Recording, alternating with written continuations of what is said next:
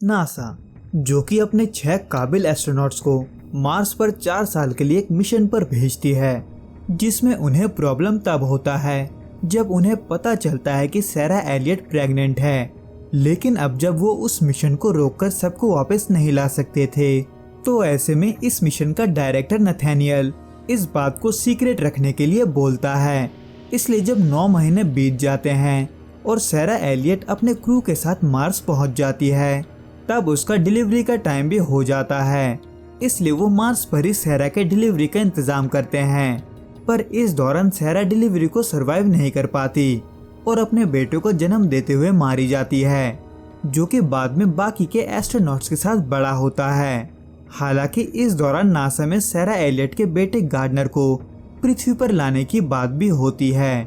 पर अब जब मार्स का एटमॉस्फेयर और ग्रेविटी पृथ्वी से बहुत अलग होता है, तो ऐसे में वो ऐसा करने से मना कर देते हैं, क्योंकि गार्डनर का शरीर का हड्डी और दिल मार्स के कमजोर ग्रेविटी के वजह से बहुत बड़ा होता है, जो कि ना तो पृथ्वी के एटमॉस्फेयर को झेल पाएगा और ना ही ग्रेविटी को।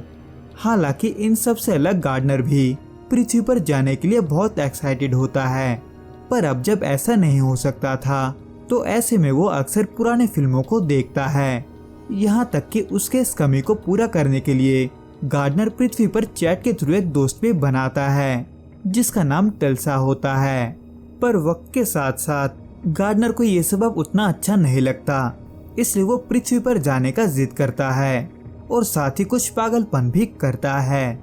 इसलिए उसकी इस हरकतों को देखते हुए कैंड्रा नथानियल से बात करती है, जो कि कुछ बहस के बाद गार्डनर को पृथ्वी पर लाने के लिए मान जाता है।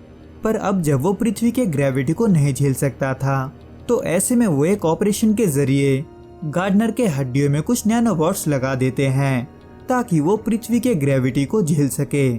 और अब जब गार्डनर पृथ्वी जाने वाला था, तो ऐसे में वो इसके बारे में एक्साइटेड होकर टल्सा को भी बताता है और उसे ये भी बताता है कि वो उससे मिलने आने वाला है।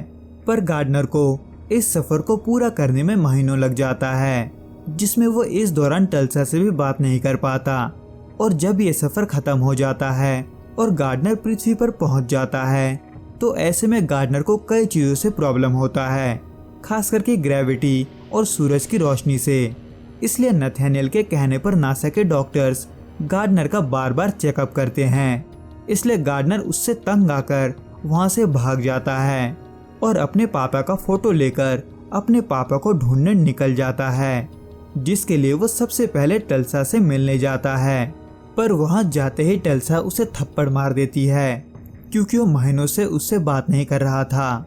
हालांकि गार्डनर उसे अपने बारे में सब कुछ बताता है, लेकिन टल्सा उसे सच नहीं मानती। पर इन सब के बावजूद भी वो गार्डनर की उसके पापा को ढूंढने में मदद करती है और उसको लेकर अपने घर जाती है। लेकिन अब जब गार्डनर पृथ्वी पर सिर्फ टल्सा को ही जानता था, तो ऐसे में नासा को भी ये पता होता है कि गार्डनर किसके पास गया है।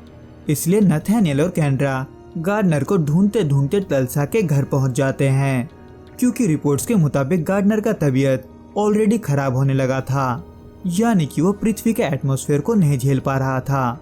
लेकिन इस बात से अनजान दोनों वहां से बचकर भाग निकलने में कामयाब हो जाते हैं। हालांकि इस दौरान उनके साथ प्लेन क्रैश के जैसा हादसा भी होता है, लेकिन गार्डनर इन सब को बहुत एंजॉय करता है, खास करके पृथ्वी के खूबसूरती को, जहां उसे हर एक चीज चौंका रहा था, क्योंकि हर एक चीज उसके लिए नया था। पर टल्सा, जो कि बार बार ये सुनकर तंग आ जाती है कि वो मार्स से आया है, वो इस बार गुस्से से गार्डनर से सच बताने को बोलती है। लेकिन अब जब गार्डनर सच ही बोल रहा होता है, तो ऐसे में टल्सा गुस्से में ही रहती है, जबकि उसके सामने गार्डनर एक घोड़े से भी डर जाता है।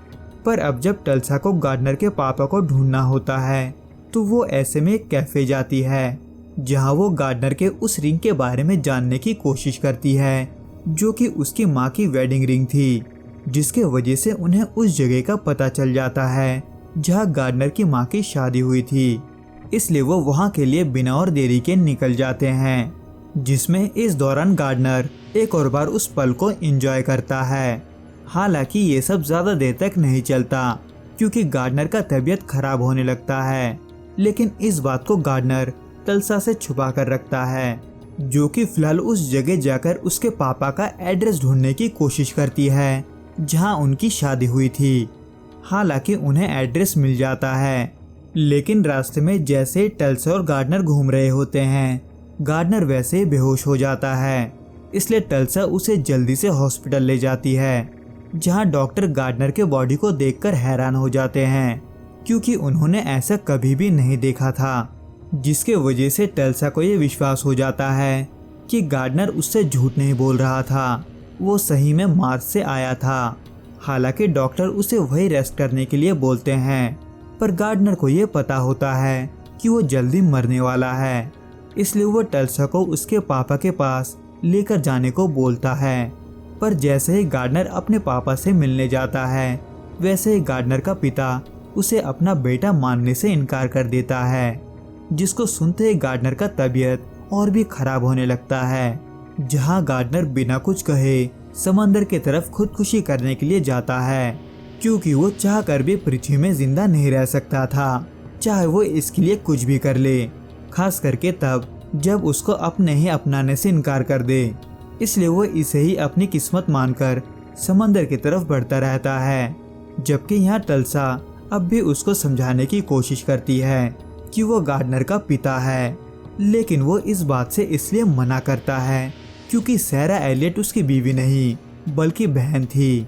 इसलिए टल्सा जल्दी से गार्डनर को रोकने के लिए जाती है और वो उसको बताती है कि वो शख्स असल में उसका चाचा है।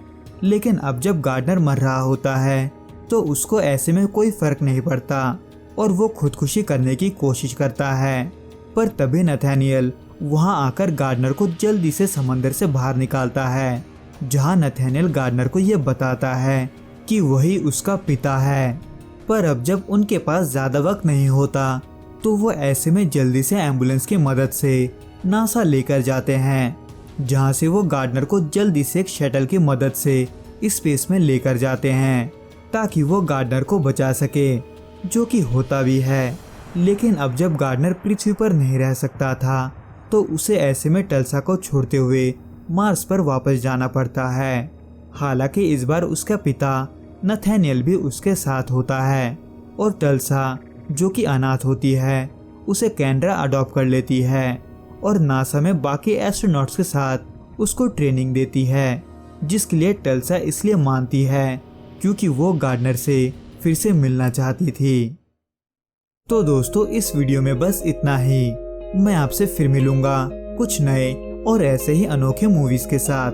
अगर आपको ये वीडियो पसंद आए तो प्लीज इसे लाइक, शेयर और सब्सक्राइब करना ना भूलें।